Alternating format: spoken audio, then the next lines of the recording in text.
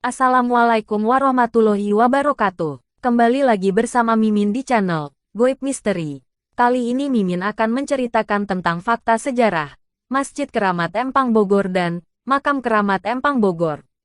Jangan berlama-lama lagi, mari kita dengarkan ceritanya.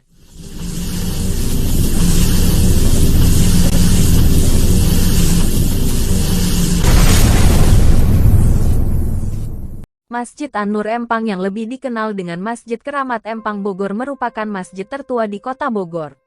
Masjid yang berada di Jalan Lolongok, RT 02 RW 04, Kelurahan Empang, Bogor Selatan, Kota Bogor ini menyimpan sejarah panjang. Masjid ini dibangun sekitar tahun 1318 Hijriah atau 1897 Masehi oleh Habib Abdullah bin Muhsin Al-Ahtas yang berasal dari Hadramaut, Yaman.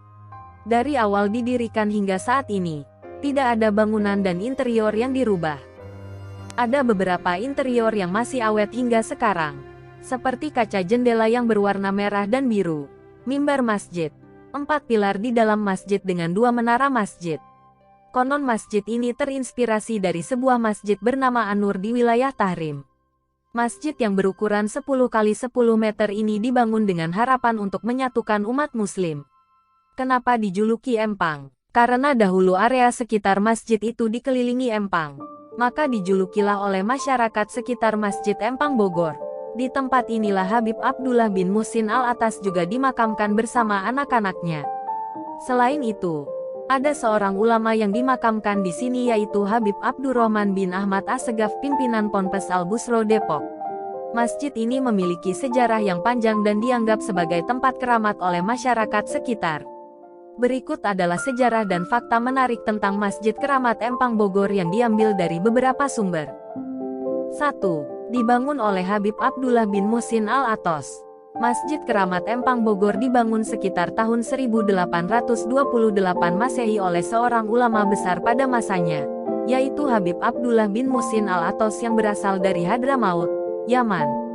Habib Abdullah bin Muhsin Al-Ahtas adalah seorang waliullah yang telah mencapai kedudukan mulia dan dekat dengan Allah Subhanahu wa Ta'ala. 2. Dibangun dari pohon besar. Menurut sejarah, Masjid Keramat Empang Bogor dibangun dari sebuah pohon besar. Pohon tersebut kemudian dijadikan sebagai dasar pembangunan masjid. 3. Dijuluki Empang karena dikelilingi empang. Area sekitar Masjid Keramat Empang Bogor dulu dikelilingi oleh empang, sehingga masjid ini dijuluki oleh masyarakat sekitar sebagai Masjid Empang Bogor. 4. Karomah Habib Empang. Habib Abdullah bin Muhsin Al-Ahtas memiliki karomah atau keistimewaan dalam kehidupannya. Salah satu karomah yang terkenal adalah mampu menghidupkan ikan mati. Karomah ini masih dipercayai oleh masyarakat sekitar dan menjadi daya tarik bagi para ziarah. 5. Dibangun oleh Presiden Soekarno. Masjid Keramat Empang Bogor juga memiliki nilai sejarah karena dibangun oleh Presiden Soekarno pada tahun 1318 Hijrah atau 1897 Masehi. Hal ini ditandai dengan adanya dinding pembatas antara makam Habib Abdullah bin Muhsin Al-Ahtas dan makam Raden Saleh yang bertuliskan, dibangun oleh Presiden Soekarno. Masjid Keramat Empang Bogor menjadi tempat ziarah bagi umat muslim yang ingin mengambil berkah dari Habib Abdullah bin Muhsin Al-Ahtas. Selain itu, masjid ini juga menjadi tempat wisata religi yang menarik bagi wisatawan yang berkunjung ke Kota Bogor. Selain Masjid Keramat Empang, di sini juga terdapat makam Keramat Empang Bogor, yang terdiri dari makam Habib Abdullah bin Muhsin Al-Ahtas dan juga makam anak-anaknya yaitu Al-Habib Muhsin bin Abdullah Al-Ahtas, Habib Zain bin Abdullah Al-Ahtas, Habib Husain bin Abdullah Al-Ahtas, Habib Abu Bakar bin Abdullah Al-Ahtas, Sarifah Nur binti Abdullah Al-Ahtas, dan makam murid kesayangannya yaitu Habib Alwi bin Muhammad bin Thohir. Selain itu, ada pula seorang ulama yang dimakamkan di sini yaitu Habib Abdurrahman bin Ahmad Assegaf, pimpinan Ponpes Al-Busro Depok. Dalam kitab Manaqib Habib Abdullah bin Muhsin Al-Ahtas disebutkan bahwa beliau adalah seorang waliullah yang berjasa dalam peradaban Islam di Indonesia. Nasab beliau tersambung kepada baginda Nabi Muhammad SAW. Al-Habib Abdullah bin Muhsin Al-Ahtas lahir di Desa Haurah, Hadramaut, Yaman, pada hari Selasa 20 Jumadil Awal 1265 Hijriah. Sejak kecil beliau mendapatkan pendidikan rohani dari ayahnya Al-Habib Muhsin Al-Atos. Beliau mempelajari Al-Quran dari Mualim Syekh Umar bin Faraj bin Sabah. Pada usia 17 tahun beliau sudah hafal Al-Quran. Di antara guru-guru beliau, salah satunya adalah Habib Abu Bakar bin Abdullah Atos. Selain itu Habib Soleh bin Abdullah Al-Atos, penduduk Wadi Ahmad, Hadramaut dan masih banyak lagi ulama-ulama besar yang menjadi guru beliau. Pada tahun 1282 Hijriah, Habib Abdullah bin Muhsin menunaikan ibadah haji pertama kalinya. Selama di Tanah Suci beliau bertemu dengan ulama-ulama Islam terkemuka. Setelah itu beliau pulang ke Hadramaut untuk memperdalam ilmunya. Pada tahun 1283 Hijriah, beliau melakukan ibadah haji yang kedua. Sepulang dari ibadah haji, dengan izin Allah Subhanahu wa Ta'ala, beliau sampai ke Indonesia. Di Indonesia, beliau bertemu sejumlah waliullah dari keluarga Al-Alwi antara lain Al-Habib Ahmad bin Muhammad bin Hamzah Al-Atas. Awal kedatangannya ke Jawa, Habib Abdullah bin Muhsin memilih Pekalongan sebagai kota tempat kediamannya. Guru beliau Habib Ahmad bin Muhammad Al-Atos banyak memberi perhatian kepadanya. Saat ini, di samping Masjid Empang, masih berdiri rumah peninggalan sang pendiri masjid, yang kini ditempati oleh keturunannya. Jika ingin mengunjungi rumah tersebut, memang tak mudah, karena dijaga oleh Khalifah Empang yang merupakan keturunan beliau. Khalifah ini diamanahi untuk menjaga masjid, makam, dan rumah Habib Abdullah. Sehingga, kunjungan ke rumah tersebut harus seizin Khalifah Empang tadi. Rumah seluas 200 meter persegi yang merupakan peninggalan Habib Abdullah. Rumah ini menyimpan benda-benda peninggalan Habib Abdullah bin Muhsin Al-Atos, yaitu gamis, sorban, tempat tidur, dan tongkat. Di rumah ini ada kamar khusus untuk zikir, dan 100 kitab agama dari jumlah semula 850 buku. Kabarnya sebagian besar kitab-kitab lainnya itu kini disimpan di Jamatur Khair atau di Rabitoh, Tanah Abang, Jakarta. Di antara kitab karangan Habib Abdullah bin Muhsin Al-Atos adalah Fathur Rabbaniyah, Ratibul Ahtas dan Ratibul Hadat. Dua kitab terakhir diajarkan setiap maghrib secara rutin kepada murid-muridnya ketika ia masih hidup.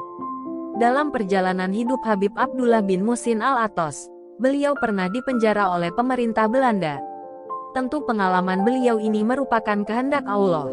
Sebab nasib serupa juga pernah dialami Nabi Yusuf alaihi wasallam yang sempat mendekam dalam penjara selama beberapa tahun. Namun, setelah keluar dari penjara ia diberi kedudukan tinggi oleh penguasa yang telah memenjarakannya. Pemerintah Belanda memenjarakan beliau dengan alasan difitnah. Selama di penjara, kemuliaannya makin nampak dan mengundang banyak pengunjung untuk bersilaturahim. Kedatangan banyak orang ini pun mengherankan pimpinan penjara dan penjaganya. Bahkan mereka pun ikut mendapatkan keberkahan dan manfaat dari kebesaran beliau. Selama di penjara, banyak pengunjung yang meminta didoakan. Para penjaga pun kewalahan menghadapi pengunjung yang semakin ramai, lalu mengusulkan kepada kepala penjara agar segera membebaskan beliau. Namun, ketika usulan ditawarkan, Habib Abdullah justru menolak dan memilih menunggu hingga selesainya masa hukuman.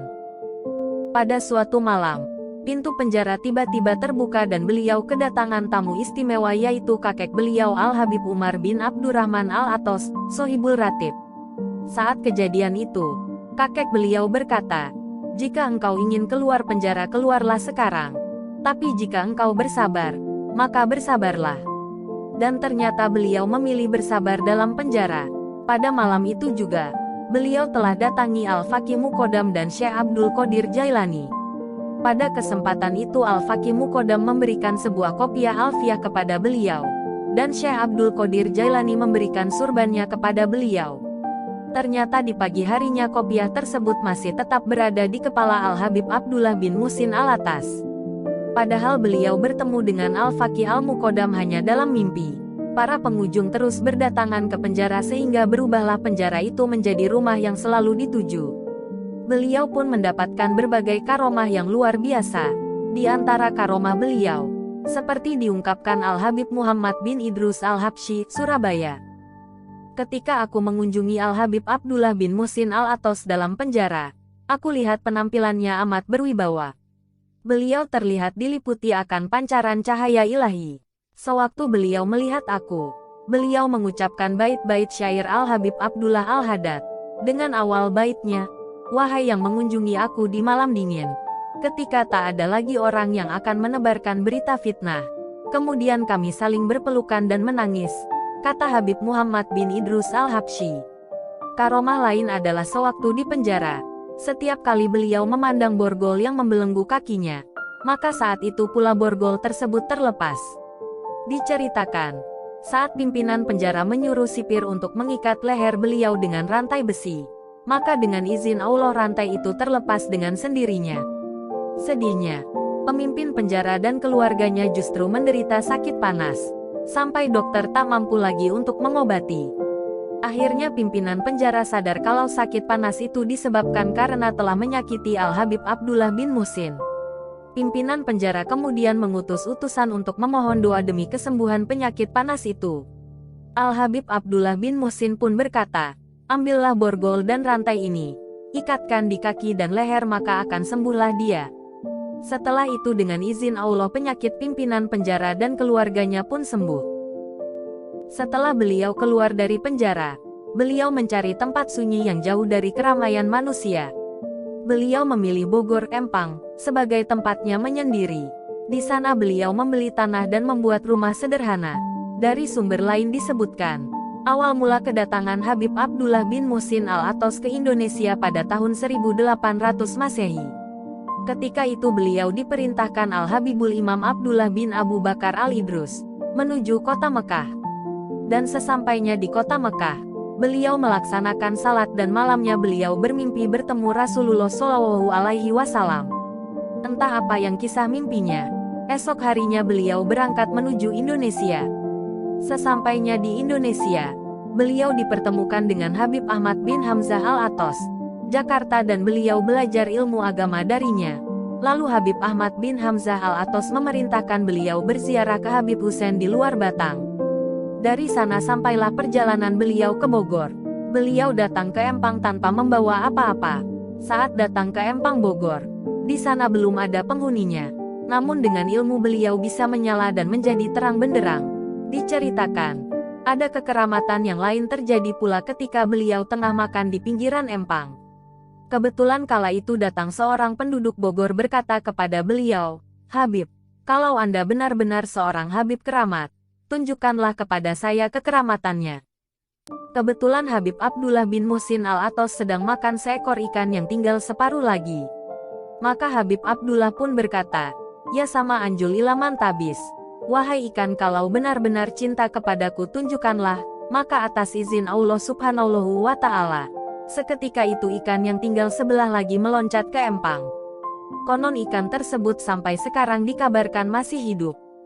Dalam acara pengajian rutin setiap malam Jumat, selalu diadakan pembacaan kitab Maulid Nabi Ad-Dibai, karya Syekh Abdurrahman Ad-Dibai, yang dibacakan di dalam masjid, tepatnya di ruang tengah yang hanya dibuka saat pengajian malam Jumat. Setiap tahun, acara Maulid Nabi Muhammad SAW yang diselenggarakan di masjid ini selalu ramai oleh para jamaah, bahkan dari luar daerah Bogor. Beberapa kali juga, mantan Presiden Indonesia, Susilo Bambang Yudhoyono turut hadir saat beliau masih menjabat. Jajaran ulama, dai, hingga tokoh politik pun acap kali terlihat hadir saat maulid diselenggarakan di Masjid Empang. Jika ingin berziarah dengan tenang, baiknya jangan datang saat malam Jumat, dikarenakan amat ramai oleh para peziarah. Juga banyak orang yang berjualan di sekitar Masjid Empang.